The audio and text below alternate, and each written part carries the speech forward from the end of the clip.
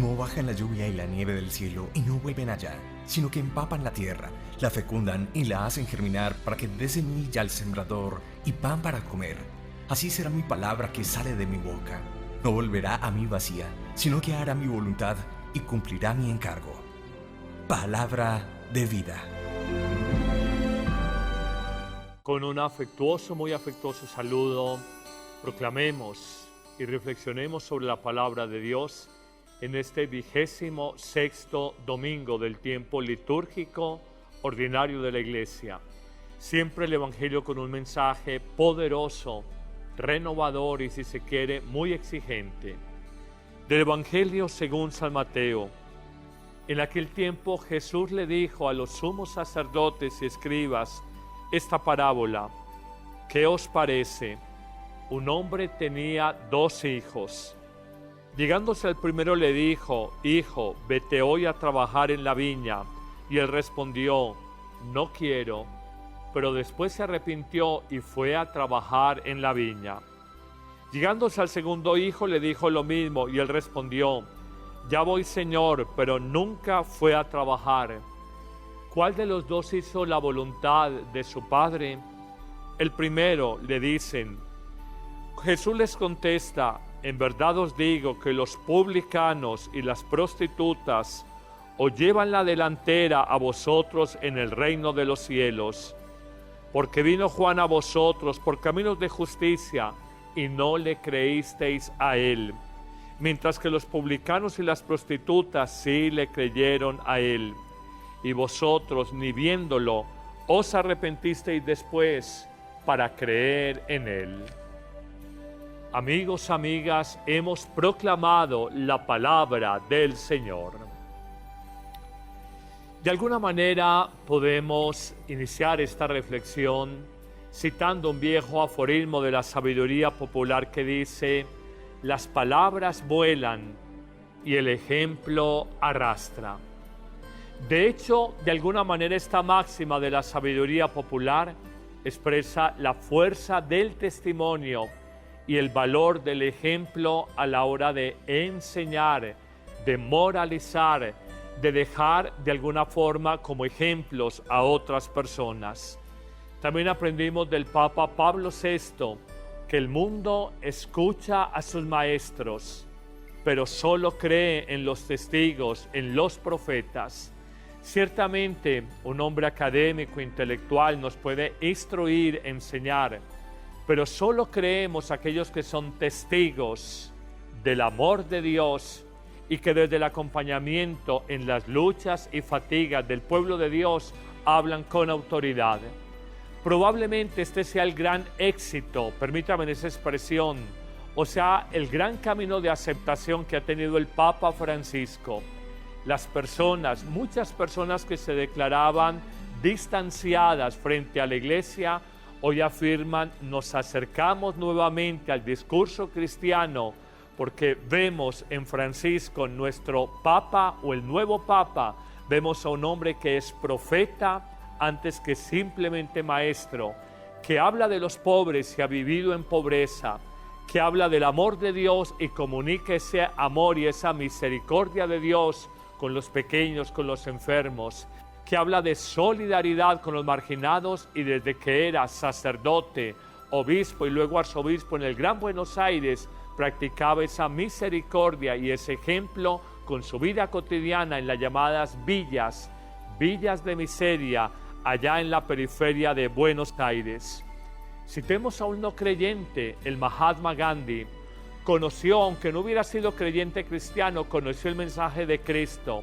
Conoció y estudió ese texto de las bienaventuranzas y claramente afirmó: admiro a Jesucristo por ese mensaje inmenso de las bienaventuranzas, pero no admiro tanto a sus seguidores, los llamados cristianos, porque veo que no han seguido con su vida las enseñanzas de su maestro. A ese propósito, Gandhi siempre se preocupó, el gran liberador de la India siempre se preocupó de hablar más con su vida que con sus palabras. De ahí aquella respuesta famosa que dio un periodista cuando le preguntaba, le interrogaba: ¿cuál es el gran mensaje que usted quiere darle al mundo? Y le dijo él de manera muy simple, muy llana: yo no tengo mensajes. Mi único mensaje es mi propia vida. Y es que en verdad, a la manera de Gandhi, un no creyente, o a la manera de Cristo, el hombre Dios y el modelo universal para nosotros, verdaderamente Jesús habló más con su testimonio de vida que con sus palabras. De hecho, siempre que presentaba una parábola, Él había vivido claramente esa realidad, esa enseñanza, esa sabiduría de la parábola, ya la había vivido, ya la había encarnado en su propia existencia. Pero desarrollamos toda esta reflexión a partir de puntos concretos, de frases lapidarias que nos pueden enseñar. Lancemos la primera. Miren, la fuerza de una vocación no se mide tanto por la intensidad del llamado como sí por la generosidad de la respuesta. La fuerza de una vocación no se mide tanto por la intensidad del llamado como sí por la generosidad de la respuesta. Coloquemos dos estados de vida típicos, el matrimonio y el del consagrado.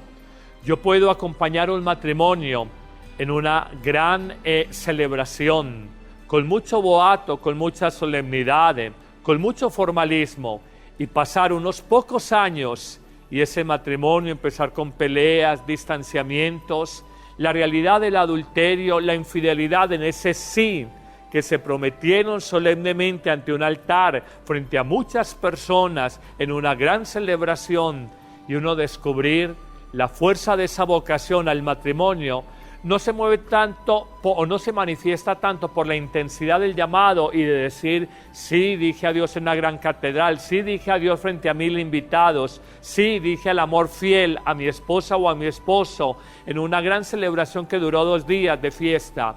La verdadera vocación se mide por la generosidad de la respuesta, decirle sí al amor matrimonial, más allá de rutinas, más allá de monotonía, más allá de cansancios, más allá de crisis, decirle sí a Dios cada día de la vida. Pensemos en otro ejemplo, la vocación religiosa. Uno puede decirle sí a Dios y hacer una gran fiesta, una gran celebración, pero uno pronto acusar cansancio y decir: Dios mío, llevo 3, 4 años de vida consagrada como religiosa, como religioso, como sacerdote, y ya siento fatiga, siento desgaste, siento de alguna manera desencanto en la disponibilidad y en el servicio a los demás. En mi caso personal, con casi 21 años de sacerdocio, le pido a Dios que no me canse, no tanto físicamente, es imposible que no me canse físicamente, pero que no me canse de amar esta vocación de disponibilidad, de servicio y de amor, de celo por las almas.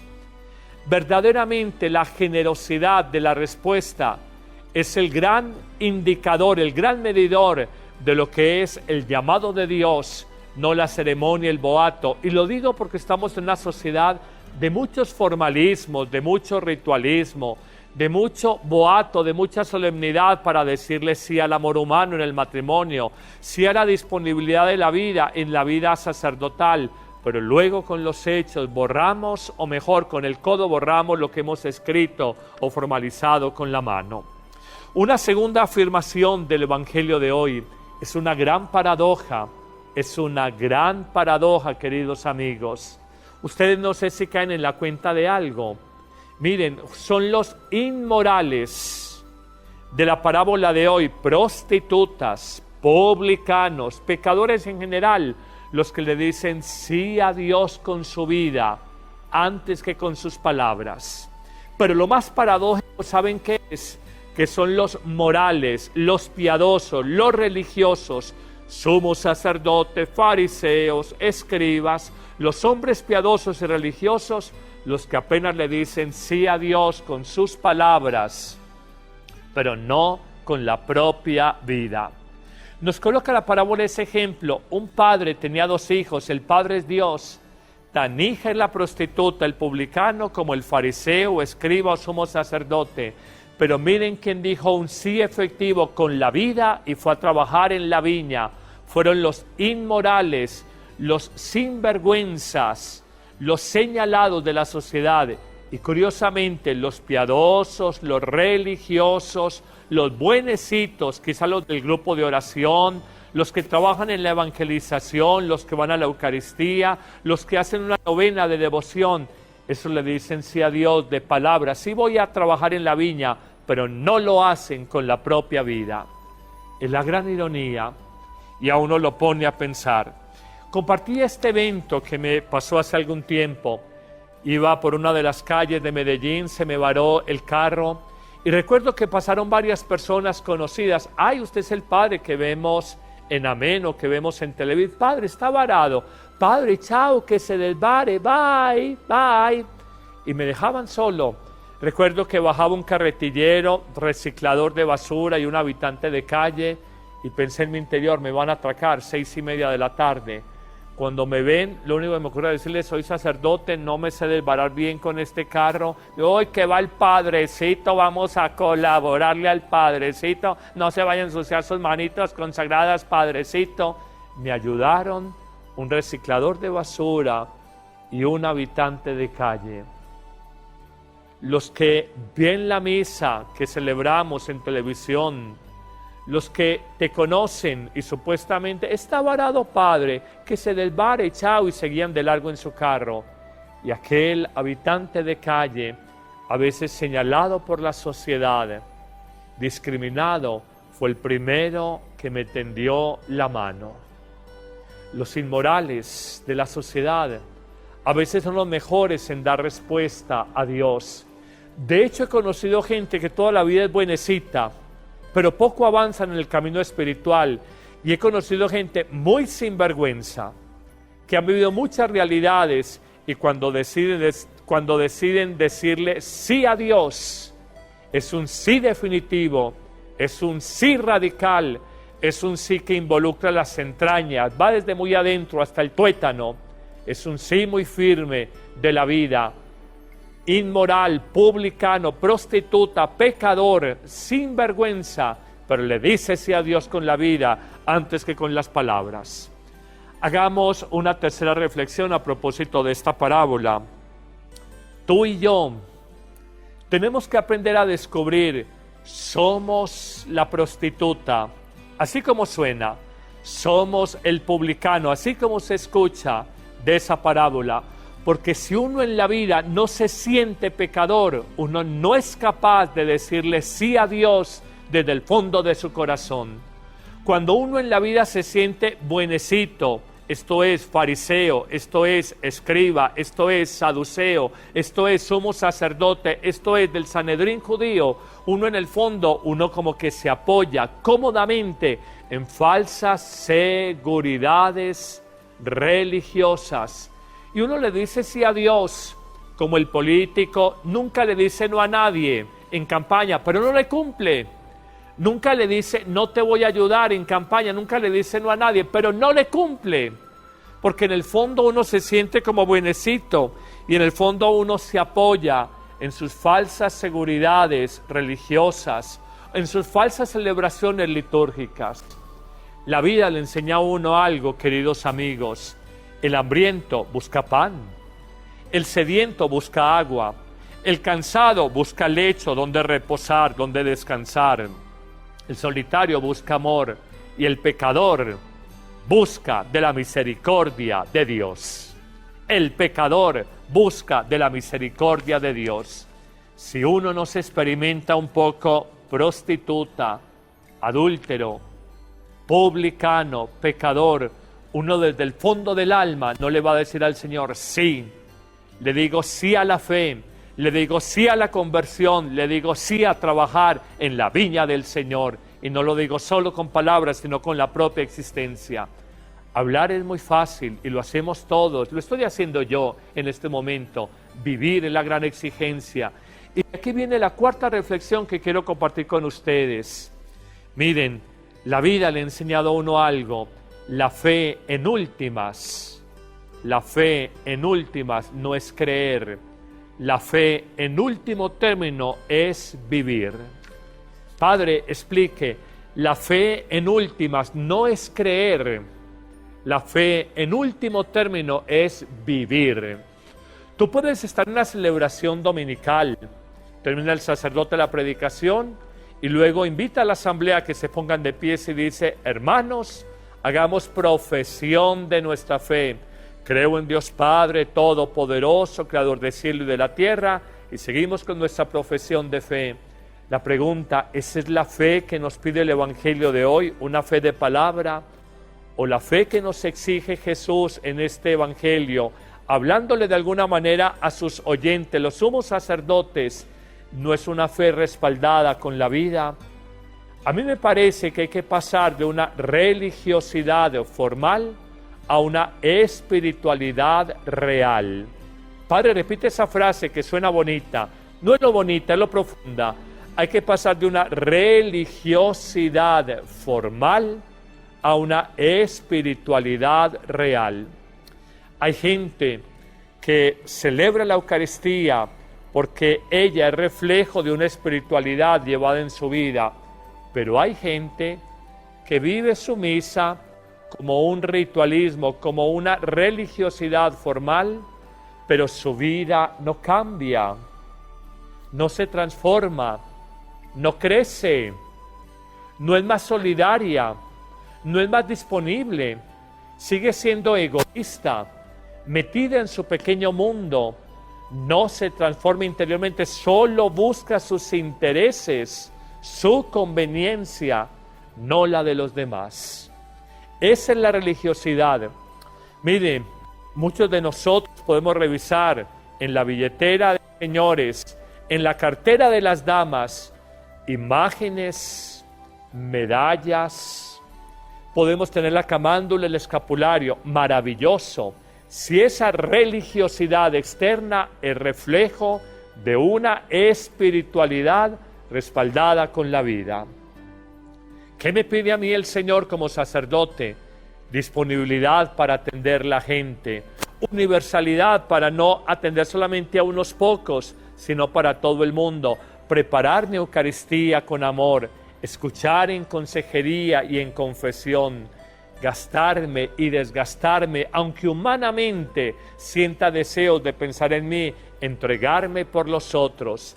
Esa es una espiritualidad con la vida, no es solamente una religiosidad de formas externas, de palabrería.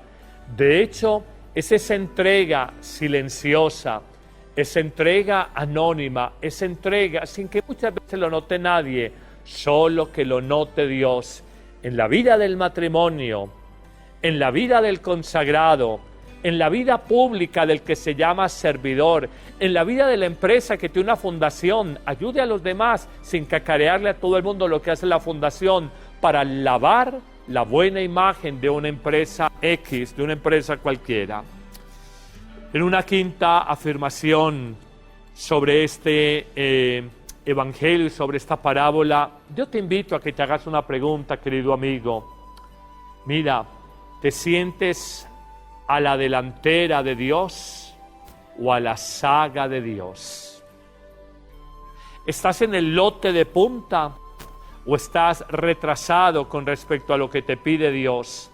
¿Acaso no escuchaste esa frase muy fuerte que no pudo haber gustado para nada a los sumos sacerdotes cuando Jesús, después de decirle la actitud de decirle sí al Señor con la vida antes que con palabras, hace esta afirmación: les aseguro que las prostitutas, los publicanos, los pecadores le llevarán la delantera, os precederán en el reino de los cielos.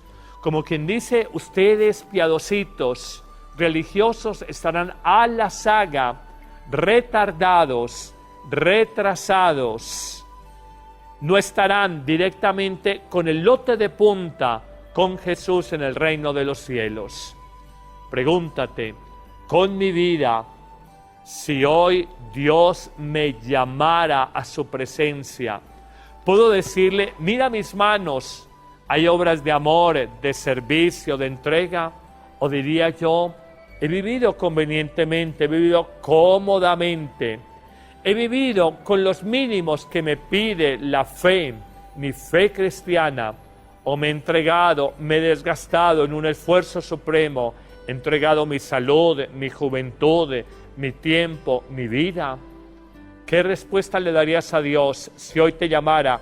¿Estarías a la saga, retrasado, o estarías adelante, como prostitutas y publicanos que nos dice Jesús os llevarán la delantera en el reino de los cielos? Pero ¿cómo una prostituta, una pecadora, cómo un publicano, un pecador puede estar adelante? Lo dirá la primera lectura de hoy de Ezequiel, capítulo 18, cuando nos dice: si el malvado recapacita, se convierte de su maldad y practica el derecho y la justicia, él mismo salva su vida. Nos habla claramente de una prostituta o de un publicano que han recapacitado y han cambiado la orientación fundamental de su vida, convirtiendo su corazón. Terminemos con una sexta y última afirmación a propósito de este evangelio. Ustedes me dirán: Padre, a ver, usted nos habla frente a estas dos cámaras, usted nos está hablando y reflexionando este evangelio dominical. Padre, ¿cuál es la clave para cambiar mi corazón? ¿Cuál es la clave para decirle sí a Dios, no con palabras, sino con hechos? ¿Cuál es la clave, Padre? ¿Qué es lo esencial? Es una sola palabra que aparece hoy en la segunda lectura, en ese himno cristológico inmenso de la carta de Pablo a los Filipenses, capítulo 2, versículo 1 al 11, y que nos habla fundamentalmente de una actitud: la humildad del corazón de Cristo. La humildad del corazón de Cristo. Si no hay humildad en mí, si no me confronto con la verdad de mis incoherencias, si me siento satisfecho en mi buen nombre, en mis falsas seguridades religiosas, probablemente tendré el nombre de Dios en mis labios, pero no en mis acciones cotidianas. Probablemente tendré frecuentemente el nombre de Dios en mis labios frente a un micrófono, frente a una cámara, frente a una predicación, pero no tendré a Dios en mi corazón. Solo el humilde. Y nos dice este himno cristológico cuál es la realidad de la humildad, del hombre humilde de corazón. Da unas características bien especiales. No obremos por rivalidad, por competencia. No obremos por ostentación. Yo sé más que usted. Yo conozco más que usted. Yo puedo más que usted. Nos dice Jesús que el humilde no obra por rivalidad ni por ostentación. Nos dice también en ese himno cristológico: consideren siempre superiores a los demás. Qué difícil cuando uno está andado a pensar que es el centro del mundo, que la verdad la tiene es uno. Cuando uno pontifica frecuentemente, cuando uno dice los demás mejores o superiores a mí, nunca. No lo dices con tus labios, pero lo asumes en tu corazón. Es un principio de humildad. Consideren siempre superiores a los demás. Y oigan esto: no se cierren a sus propios intereses, sino que busquen siempre los intereses de los demás. No se cierren a sus propios intereses, sino que busquen siempre los intereses de los otros, de los demás. Eso lo hace el humilde. Esa es la actitud de Jesús. Ese es el camino de decirle sí a Dios, no con palabras, que sí con las obras. Y terminará este himno cristológico, que es una luz muy grande y muy reveladora, en una concatenación de la lectura de la liturgia de este domingo. Terminará diciendo San Pablo: tengan los mismos sentimientos de Cristo Jesús. Habla de sus sentimientos de humildad y explica: Él no hizo alarde de su categoría de Dios. No presumió de que era inteligente, poderoso, capaz, salvador, que predicaba bien. No presumió de eso. Dice que al contrario, oigan esto, al contrario, se anonadó, se humilló, haciéndose esclavo, siervo, lo que en teología se conoce como la kenosis, el abajamiento total, el hacernos nada, reconocernos nada, es el abajamiento, la humillación total de Jesús. Y dice, se sometió incluso a una muerte y una muerte de cruz. La muerte más humillante, la muerte más dolorosa, la muerte reservada solo a los peores bandidos en tiempos del Imperio Romano, la crucifixión. Solo el humilde es capaz de decirse: Señor, soy pecador, soy publicano, soy prostituta, soy miserable. Solo el humilde es capaz de hacer un movimiento interno dentro de su alma y decir, no cacareando religiosidad ante los demás, blanqueando los ojos, juntando las manos, a veces caminando de manera distinta.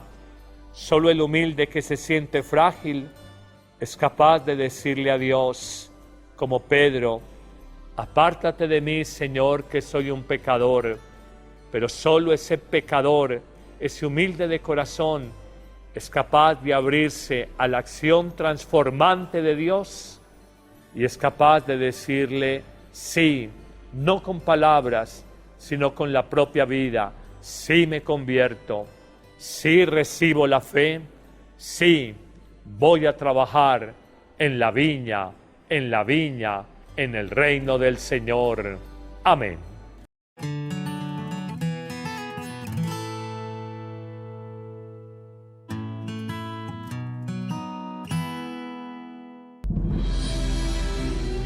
Como bajan la lluvia y la nieve del cielo y no vuelven allá, sino que empapan la tierra, la fecundan y la hacen germinar para que dé semilla al sembrador y pan para comer. Así será mi palabra que sale de mi boca.